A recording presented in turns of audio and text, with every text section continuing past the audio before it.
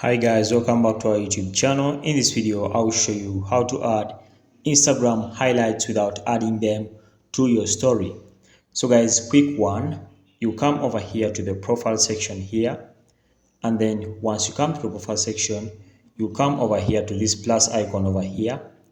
Once you come to this plus icon, and then choose your highlight that you want to add over there. So quickly, I'll just come over here and then scroll down. So assuming I want to add that, I'll then tap on next. Okay, so once you tap on next, just come and then do some small editings, and then tap on next once again. And then once you tap on next, you tap on share over here.